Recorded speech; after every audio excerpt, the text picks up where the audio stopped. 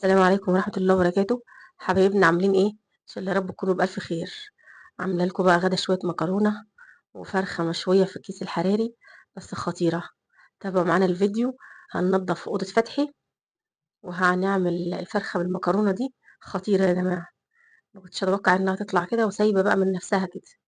ما خدتش سوا اصلا في الفرن وسايبة وجميلة كده. دخلت بقى على الأوضة بقاله شوية عاوز ايه، يغير النظام بتاعها. أنا كنت منضفاه كويس أوي وعاملة من تحت السرير وكل حاجة، فالمرة دي بقى قال لي غيّري لي النظام. جِبت الكتب اللي كانت في الأوضة التانية. اليوم ده كان كلّه يا جماعة يعني إيه، نفس العباية. عملت غدا وعملت الأوضتين، وكمان كنست الشقة والله كلّها. كان يوم تعب يعني، يوم نضافة كلّه يعني. المهم إيه، شِلت بقى الملاية وهانضّف السرير وشِلت السجادة نفّضتها، هي السجادة نضيفة مش وسخة. ف يعني هالِفّها وأعينها. وهاجيب له بقى الحافظة هنفرشها، بس بصراحة النظام بقى جميل أحسن من كده بكتير. هتشوفوه معايا في الآخر وهيعجبكم إن شاء الله. بس هانفّض بقى السجادة وأعينها. هاوريكم كمان الفريزر يا جماعة، ما شفتوش الفريزر بتاعي. قُلت لكم إن أنا جِبته وما شفتوهوش. شِلت بقى السجادة وشِلت كُلّه بقى، وكان في برضه إيه، شعر كده وتراب اللي طلع من السجادة. هاكنسه الأول بالمكنسة كده واشفّطه كويس. فتحي باقول له: "ورّيهم الفريزر." قال لي: "أنا جاي كُلّي في الفريزر." قُلت له: "مش لازم." أفتحه لهم وإيه يعني طالع في الفريزر عادي. مش عارفة أنا صوتي باين في الكاميرا والّا إيه، بس أنا مش عارفة زوري واجعني. هاشيل بقى المكنسة وهانفّض الشباك الأول، وبعدين بقى نعدل السرير. هو أصلًا وإحنا بنعدله عمل مننا كده يعني، المسامير بتاعته فكّة شوية. قال لي: "شيلي بقى كلّه عشان عايزة إيه، أربط المسامير كويس." دخلت بقى أنا وهو كده، أنا من هنا وهو من هنا. وبصراحة السيراميك ناعم فبيتزق معانا بسهولة يعني، مش مكلكع.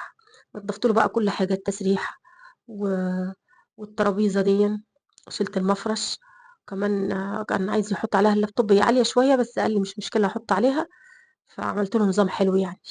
تحت السرير ما فيش فيه أي حاجة، أنا بس نضّفت بالمكنسة كده واللي تحت الترابيزة واللي تحته، عشان بس وأنا بامسح ما يعملش طين ولا حاجة. هامسح بقى أسيبها تنشف الحتّة دي عشان هاشيل المرتبة أحُطّها فيها، والمُلّة والحاجات دي ما ابقاش أمسح تاني. وهنمسح بقى تحت السرير لمّا يخلّصوا بقى ويربطوا كويس، وبعدين أحُط بقى الحافظة. عايزة أقول لكم الحافظة في الأوضة بقت خطيرة. جيت هنا بقى قطعت بقى الحتّة دي سِبتها تنشف، وجيت هنا بقى على الحوض. كنت أنا غاسلة المواعين بقى والبوتاجاز نضيف وما فيش أي حاجة يعني، كُلّه تمام. وكمان الفرخة كنت جِبتها وعصرت عليها ليمون وملح وحطيت عليها ملح وسِبتها بقى كده. هنا على الرخامة التانية يعني. جِبت بصلاية يعني ما تكونش كبيرة عشان ما تطلعش من قلب الفرخة، يا دوبك هنحشي بيها الفرخة بس. ممكن ما تحطّيش بصلاية وعايزة تحطّي بتاع ده اسمه إيه، كيس صلصة، ما فيش مشكلة. حطّيت بقى بابريكا وكمون وفلفل وتوم باودر وبصل باودر بس، ما رضيتش أحط وملح وخل وزيت وليمونة. بس كده يا جماعة. وعايزة بقى طعم البصل عشان كده عملت البصلاية. عايزة أقول لكم التتبيلة دي مخلية الفرخة تحفة، ولا بقى حطيت أي حاجة تاني، هو الحاجات اللي محطوطة قدامكم دي. ودعكت بقى البصلاية أوي في البهارات، وأشيل بقى الفرخة أشطفها من الملح والليمون ده. عايزة أقول لكم شايفين، أنا كنت سايباها بتاع ييجي ساعة. الفرخة عملت إزاي بصراحة، لونها بقى حلو وما فيش فيها أي زفارة. بس هاصفيها بقى من المَيّة كويس أوي، وهاحطها بقى أشيل بس البصل بس. أحاول إن أنا إيه، أسيب المَيّة البصل والتوابل وأشيل بس البصلاية أحطها في قلب الفرخة وبس. البهارات بقى اللي في البولة حاولوا تخلّوا البولة على قد الفرخة عشان تلِم التوابل كده بالزيت، بالخل، بالليمون اللي فاضل ويتحط على الفرخة. بس سِبتها كده بقى بتاع برضه عقبال ما خلّصت الأوضة وللعصر بقى. عقبال ما إيه، بتخبّط ليه يا يوسف؟ باسجّل آه. وعقبال بقى ما إيه، ما خلّصت ما علينا يا جماعة. أمّا خلّصت الأوضة وجيت حطيتها بقى في كيس حراري. كنا تقريبًا العصر. شِلت بقى الكبدة والقُناصة دول. رمضان داخل علينا بقى يا جماعة، وعايزة أحوّش بقى شوية كبد وشوية قوانص عشان نبقى نعمل الرقاق بقى والحاجات الحلوة. فإيه، بعد كده بقى هاشيل الكبدة والقُناصة دي. أصلًا ما حدش بياكلهم غيري، فهُم ما بياكلوش ولا كبدة ولا قُناصة ولا حاجة، فهاحوّشهم بقى. أشيل بقى تحت اللي تحت بتاع ده السرير، وإيه وهامسح بقى تحت السرير كويس، أمسح كله بقى الفواصل كلها، وبرضه هاسيبها بقى إيه تنشف، لإن النشفان من دلوقتي أنا علّيت المروحة أوي، وسِبتها بقى بتاع يعني 10 دقايق كده، وجيت بقى فرشت. بس عايزة أقول لكم الأوضة في الآخر جميلة، ما تنسوش تصلّوا على سيدنا النبي محمد، تحطّوا له لايك حلو للفيديو، وتقولوا لي رأيكم بقى في الفيديو. جرّبوا الفرخة مع المكرونة خطيرة، كل يوم محتارين نعمل أكل إيه، نجيب فرخة، نعمل بانيه، نعمل مش عارفة إيه، فلأ الفرخة خطيرة. عايزة أقول لكم كانت سايبة، سايبة كده سايبة، يعني بناكلها بالمعلقة، تخيّلوا! العضمة بتطلع ما فيش فيها أي حاجة، من السِوَى بتاعها خدت معايا بتاع ساعة إلا ربع، يعني ممكن تبقى نُص ساعة كفاية، بس كانت تحفة بصراحة. بس بقى أنا حاطة الفريزر هنا فتحي بأعجوبة رضي إن أنا أحط الفريزر في الأوضة، لإنه جديد ومش عامل صوت برضه أوي يا جماعة، بس خطير بقى وتلمي فيه كل حاجة، وأي حاجة بقى فيه تترمي كده يعني. بس بقى كده خلّصت، شايفين بقى لمعة السيراميك عشان الكرول والجنرال. مش عارفة الصوت ده هيبقى واضح في الفيديو والّا إيه، ده مشكلة. يالّا بقى يا جماعة، كان دور برد شديد شوية بس الحمد لله. بس جِبت بقى الحتّة دي كلّها، أنا كنت عاملة الطرقة معاكم والأوضة بتاعتي، اللي ما شافش الفيديوهات يشوفها يا جماعة. و وآخر فيديو بتاع أوضة عمر ويوسف. هنعمل reception بقى برضه هاغيّر نظام reception. أنا من النوع يا جماعة اللي ما باحبش أسيب حاجة على حالها، يعني كل شوية أحط ده مكان ده، فمش عارفة بقى دي هَدِّة حيل والّا حاجة كويسة، بس هي حاجة كويسة. المهم بقى يوسف ما سلكش معايا في السرير، وفتحي بقى جه عمر مسك الكاميرا، وفتحي قال لي هاعمل معاكِ. بس بقى كده هي فرشناها، شايفين بقى جمال الحافظة، حافظة تحفة بصراحة يا جماعة، على مع السرير بقى أبيض كده في أبيض، خطيرة. ومغطية بقى ما فيش غير حتة صغيرة بس اللي هناك دي مش باينة خالص، يعني هو مش هيروح هناك كده.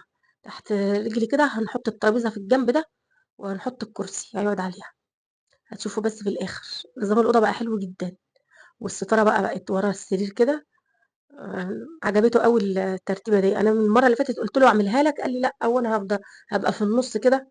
فعجبته أوي لمّا عملتها. والحافظة كمان غطِّت الأوضة كلّها، دي في الشتا بقى يعني إيه، ما ت ما تبقاش ساقعة الأوضة، تبقى دافية عليه. هاحُط بقى الحاجات كلّها أدخّل له الحتّة دي بقى، هو يقول لي حُطّي المفرش وأنا أقول له لأ أحُط المصلية، بس في الآخر فرشتها فرشة حلوة يعني. جيت هنا على التسريحة الأول فمسحتها، أنا كنت قبل ما أعمل كنت شِلت المفارش ساعة لمّا كنت بارُص الكُتب وغسلتها. شوفوا بيلمعوا إزاي، باحب أغسل أوي المفارش باحسّهم بيتغيّروا غير لمّا بتمسحيهم. بس بقى شِلت كل حاجة، جِبت بقى المصلية وحطيتها له على الكرسي، هي دي بتاعته يعني في أوضته يعني، فمش مشكلة في كذا واحدة تانية. المهم بقى شِلت المفرش ده هو بيحط اللابتوب كده وبيسند بإيده، هيوجع له إيده، يقول لي حطّيه، أنا أقول له لأ مش هاحطه، هو يقول لي لأ حطّيه. قُلت له المصلية أحسن لطيفة كده ومش توجع إيديك. شِلت بقى كل ده ومسحت الترابيزة مسحة نضيفة كده، وكمان شِلت له اللابتوب، هو دايمًا حاطّه في الكيس كده عشان التراب، فأحسن، كويس إن هو بيحافظ على حاجته. والزبالة بتاعته دي برضه شِلتها، ومسحت بقى الترابيزة مسحة نضيفة كده عشان إيه الأوضة تبقى تكمل كده وتبقى حلوة يعني. شِلت له الكيس ده كمان خرجته وجبت كيس تاني حطيته، روّقت عليها ترويق جامد يعني. بس كده بقى هارتاح يومين كده لإن إيه، أنا كنت لسه تعبانة في الوقت ده، كان البرد برضه لسه إيه ماسك فيّا شوية. أشيل بقى السلوك دي في الوقت ده زهقت عليهم، قُلت لهم سلوك إيه وسماعات إيه وحاجات إيه اللي أنتم حاطينها لي أنا مش عارفة. يالّا بقى يا جماعة، هُم الولاد كده، خلفة الولاد كده، هنعمل إيه؟ اللي معاه ولاد حاسة بيّا. حطيت له بقى كل حاجة مكانها، وحطيت له المشترك، يعني قُلت له: "خلاص بقى شوف أنت بقى كمّل حالك وكفاية أوي كده." بس المصلية أحلى على الترابيزة حتى هي بلون الترابيزة. بس بقى أفرش له السرير كمان، في الوقت ده بقى كنت قُلت له أنت افرشه وخلاص، بس قُلت لأ عشان التصوير، وهو مش هيعرف يفرشه زيي. هافرش بقى خلّصت الملاية، قُلت له: "حتى أحط لك الكيس بتاع المرتبة." قال لي: "لأ." فقُلت خلاص أمّا آجي أحط حافظة بتاع دفاية، هابقى أحط كيس بقى إن شاء الله، لإني ما كنتش مطلّعة دفايات كتير، ما فيش غير الاتنين بتوع الأطفال دول هم اللي كانوا برّه، الباقيين في الهدوم الشتوي. يقول لي: "سيبي الستارة على شباك السرير." مش عاجبه شباك السرير، مش عارفة أعمل لهم إيه الجماعة دول. كيس المخدة كنت مفكّرة إن هو ضيّق بس طلع واسع، أنا لبّسته عادي واحط بقى، قولوا لي رايكم بقى في اللمسه الاخيره يا جماعه. الاوضه بقت تحفه. جميل قوي السرير في الوسط كده، والدفايه خطيره. الدفايه تحت السرير كده جميله قوي. انا شفت حد عاملها كده وقالوا دي موضه. معرفش بقى الموضه دي انتهت ولا لسه. بس هي كويس ان انا عملتها كده، غطت الاوضه كلها. وكمان بقى هو بقى كان فرحان بيها، وقام قعد بقى قال لي هعمل لك شغل على المزاج بقى على اللابتوب. قلت له ماشي. وحط الليد بقى تحت الكنبه كده. شكلها بقت تحفه قوي يا جماعه. بس كده رايحين بقى نعمل الغدا. وجبت هنا بقى كيس الحراري ده، اللي اسمه ايه، تقريبا اسمه كده. هحط بقى الفرخه. شايفين بقى كانت نزلت ميتها كده والحشوه بقى في قلبها بالبصلايه والتوابل خطيره. ما عملتش فيها غير كده. حطيتها لفتها في الكيس، وحطيتها في صينيه في تيفال عشان لو نزلت حاجه. بس هي ما نزلتش اي حاجه في الصينيه، وكله كان في الكيس يعني. ونعمل بقى المكرونه. حطيت معلقه سمنه حلوه وحط شويه زيت صغيرين. وهعمل بقى الطماطم. انا كنت عامله الطماطم في الوقت ده. واحمر نص كيس المكرونه. انا بعملها بالطريقه دي. احمره وهصفي عليه الطماطم. عمر بيحب طماطمها كتير، يعني بيحبها حمرا. وانا بحمر المكرونه هعمل السلطه. بس كده يا جماعه، كل حاجه ايه في وقتها كده. على طول وانا واقفه، لان انا كنت خلاص بقى فصلت القطين مع الغدا. بس هما كويس ان انا عملت فرخه. يعني الفرخه ما خلتنيش ما عملتش غير المكرونه. انا ولعت بس الفرن على بعد العصر كده، وحطيت الفرخه نص ساعه، ولقيتها ايه ما شاء الله، بقت جميله. انا سبتها كمان بعد النص ساعه، يعني بتاع ربع ساعه كده، عشان قلت تستوي كويس من الفرخه بحالها يعني. فقلت عشان تستوي كويس، لقيتها سايبه خالص من بعضها. يعني هي كبيرها نص ساعه يا جماعه، وريحتها بتطلع. وبتلاقوها اصلا بان عليها ان هي استوت. برضو اللي مش متمكن في الحته دي ما يعملهاش، يصفي الطماطم في بوله، لان المكرونه بالذات بتطلع بخار جامد. انا بحط الطماطم وبابعد ايدي شويه عشان البخار اللي بيطلع. بس هي اول ما الطماطم بتنزل عليها بتطلع بخارها، خلاص بتصفي عادي. حطيت بقى نص كيس المكرونه اللي فاضل، وحطيت مكعب مرقه دجاج وحبه كمون وملح. وسبتها بقى ايه تتسبك مع المكرونه كده. عايزه اقول لك بتفرق قوي في الطعم. وكمان مكعب مرقه الدجاج يفك كده. معليه عليها النار عادي. وبتسيبيها تبقبق بقى كده وتتسبك شويه، وبعدين نزيدها بقى ميه. عملت بقى السلطه. حطيت عليها بصلايه وليمونه وشويه كمون وشويه خل. ظبطتها كده. وجبت كمان بنجر هعمله بقى معاكم. خطير البنجر يا جماعة. السلطة بالبنجر تحفة. ومش مش عامل طعم البنجر اللي هو تجزعي منه. لا، اللي ما بيحبش البنجر يعمله كده سلطة. عشان هو مفيد قوي يا جماعة. شايفين الفرخة عملت ازاي؟ خطيرة. جبته بقى، بس انا مش هحطه في الفريزر، يعني حاسه مش هيبوظ ولا يجرى له حاجة في التلاجة يعني. بعدين انا اخد منه على طول، فمش مشكلة. عصرت بقى عليه عصرة ليمونة، نص ليمونة كبيرة كده. وحطيت شوية كمون وشوية كزبرة وشوية سلطة من اللي في البولة، وشوية ملح. حدقت بقى البنجر. بس كده. فعايزه اقول لك بقى هو متلج. خلى الطماطم كده متلجه وفك. وكان خطير. خطير يعني. انا حبيته بصراحه، مع ان انا ما بحبش اي حاجه طعمها مقفر كده. بس لا، كان جميل. عجبني. زي ما قلت لكم انا ما بحبوش على الطماطم. يعني في ناس بتحطه عشان يحمر الطماطم وكده. لا، ما بحبوش. بحسه بيغير طعم الاكل واللون كمان. شايفين المكرونه عملت ازاي كده؟ خلاص كانت استوت.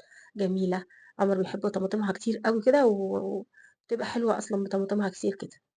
بس كده بقى احط الفرخه كده في النص، عشان اي بقى حاجه جوسي كده طالعه منها تنزل على المكرونه. عمر يوسف بقى جه كان في الدرس وجه. قال لي طعم المكرونه الفراخ وجميله قوي يا ماما. قلت له طب كويس يا يوسف انها عجبتكم. مش اي اكل بيعجبهم يا جماعه. هي لازقه شويه في الكيس لان هي سخنه، طالعه من الفرن لسه. تهيألي لو سبتها هديت شويه كانت فكت معايا. بس انا بقى سلكت كده بالراحه معاكم. ما فصلتش. عشان تشوفوا الفرخه اصلا مستويه عامله ازاي، مش مستحمله. يعني أنا سلّكت على قد ما أقدر. وكمان وقع منها حتّة كده.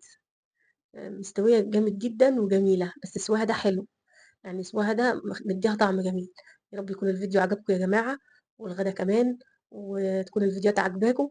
وما تنسونيش باللايك والاشتراك والصلاة على سيدنا محمد. ومع ألف ألف سلامة.